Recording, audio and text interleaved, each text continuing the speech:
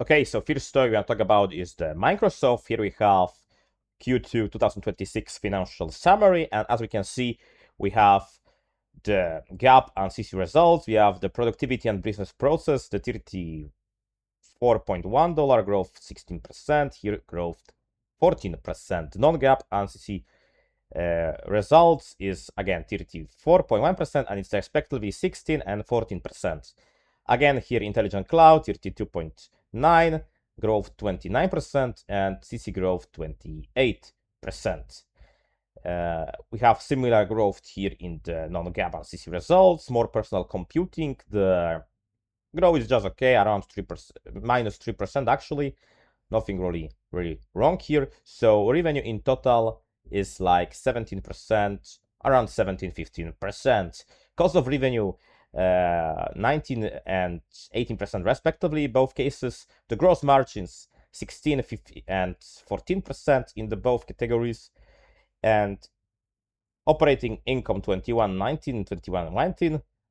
Net income in total 60% and 57%. Diluted earnings per share 60 and 58%. Here we have also this CC, and as we can see, for GAAP and non-GAAP measure click, CC adjust for impact from investment in OpenAI. So yeah, they disclosing what they are doing, like growth because of investing in OpenAI. Yeah, you can see like how it impact their results. So yeah, that's something to keep in mind. Revenue increase 17%, as we said before, up 15% CC. By intelligent cloud computing, okay, cost of revenue increase 19%, as we can again have the CC model. Gross margin increase 16%, even with this AI related stuff 14%. Operating expenses 17 billion, up 5%. Operating income grew 21%, up 19% CC. So here we have the real statistics. Right now we can go to highlights, and returned 12.7 billion to shareholders, up 32%, with 6 billion in dividends and 6 billion in share repurchase, which is very good. They do dividend and repurchases. That's something that we like. With current valuation of Microsoft, I think the repurchase of share is very good information for shareholders. The capital expenditures. Capital expenditures include assets acquired under financial leases were 37.5 billion, up 66%, of core customers' demand for Air Cloud and offerings. Commercial booking increased 230%, up 228% CC, driven by Azure commitment from OpenAI and Anthropic. Okay, so with healthy growth across Oracle and utility sales motions. Commercial remain performance obligation RPO of 622 billions, increased 110%, weighted average duration of approximately 2.5 years. Roughly 25% will be recognized in revenue in next 12 months, up 39%. Remaining portion recognized beyond next 12 months, increased 156%. The RPOs is basically like the future contracts they already have like written with somebody. That's why it's a little bit of fear, because roughly 45% of commercial RPO balance is driven by commitment from OpenAI. And as we know, the OpenAI doesn't really make money, so that can be a problematic, because they are giving them all this stuff, the money, the Microsoft, the investments, but will OpenAI be able to pay for the servers? Well, apparently not, probably, but that's the aggressive bet that Microsoft is trying to do. It's want to invest in AI, of course. We have Microsoft Cloud revenue of 51.5 billion, up 26%, up 24% CC. So a good side, they actually disclose this connection to AI Cloud, so it's actually good for us investors to know it. We have a stable growth of the revenue and operating incomes. We have the LinkedIn dynamics, so everywhere growth, of course. That's Microsoft. Microsoft likes to grow. We have the Azure, and revenue grew 29%, up, driven by Azure, of course. Cost of revenue grew 45%, up 42% CC. The revenue is, as we can see, growing. Even operating income is also growing here. We have something more about more personal computing. There is more like stagnation in this sector for Microsoft. And here we have all the sources here. And here we have all the sources here, selected product and service information, percentage change year to year, the gap. And we can all see that only probably like hardware revenue and Xbox content service revenue is actually decreasing. It's because, of course, people go to more to online to use old reliable Xboxes. That's why here is a decline, but they gaining somewhere else and in their like online gaming business. So there is nothing really to worry about here. Here we have all these metrics on the scrub. As we can see here, The growth is astonishing. Here we have this problem with the free cash flows. Recently, it is not going anywhere at all because of this capital expenditure and investments in AI. They basically, like we can see, doubled. So yeah, that's something to really consider, and that's why basically if you compare it and evaluate Microsoft to free cash flow models, and even announcing that in 2027 they're gonna spend even more, it's gonna look even worse. But if you compare it to P to earnings metrics, it's look really not bad. And here we have the projected the revenue growth of 17%, the EPS of 18%, and CFO of around 24%. The margins, of course, they are increasing here, 46.8%. The ROIC is 23% and ROA 18%. The price target is somewhere here around $558 with the current price of $383. The PE 23 and future PE 17. Price to sales 9.13 and future 6.43. Debt to assets 18%, current ratio 1.35, interest coverage 52.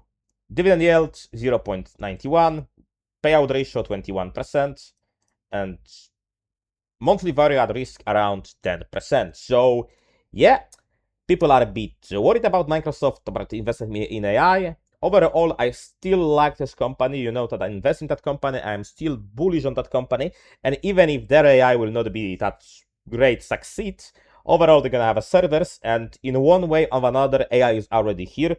If you can read a lot of reports, some people, of course, are very pessimistic about AI. But I already use some AI in my stuff that I'm doing. And I can say that AI is rather real than not. And it's really improve a lot of stuff in productivity. So in my opinion, great stuff. Maybe they will overinvest. I'm still holding this company. I still like what they do. And that would be, from me, there is this risk of over investing in AI, of course, of this massive RRPOs that maybe never gonna be paid back to Microsoft. But that's there is investing. To be honest, I feel okay with Microsoft, and I still gonna hold my position in that company. The second company I want to talk about today is the Broadcom, so semiconductor company that design and create like this, design and make other companies to create their chips. They also take like the safety measurements there. And yeah, Broadcom at a glance. Providing micro-reading semiconductor software technologies for mission critical infrastructure. Basically, if you wonder that in your headphones, when you call, there is like no lagging between calling and stuff, it's probably also the Broadcom chips there. So yeah, they are very good. They are like the highway for AI. I would call this company like that. That's probably the easiest way to say it. And yeah, we have 2025 net revenue of 63 billions, 11 billions investment in R&D. 2025 broad APO portfolio with 1800 patents. That's crazy how much patents they actually own. We have growth through acquisition and innovation. That's what I told you. The Broadcom was around here. Then it acquired the other companies on this way, even the Amphiware, so like the protection-based company to protect like their to be like protection for they basically entire ecosystem itself. A lot of acquisition were just to make sure that they gonna have like some kind of moat around themselves, and it started from AVGO. It's yet old in the 2005. Then they acquired the Broadcom, and they just changed a little bit name to the Broadcom with this kind of. Yes, that's something of history more than something reliable to you now, but yeah, that's something to keep in mind.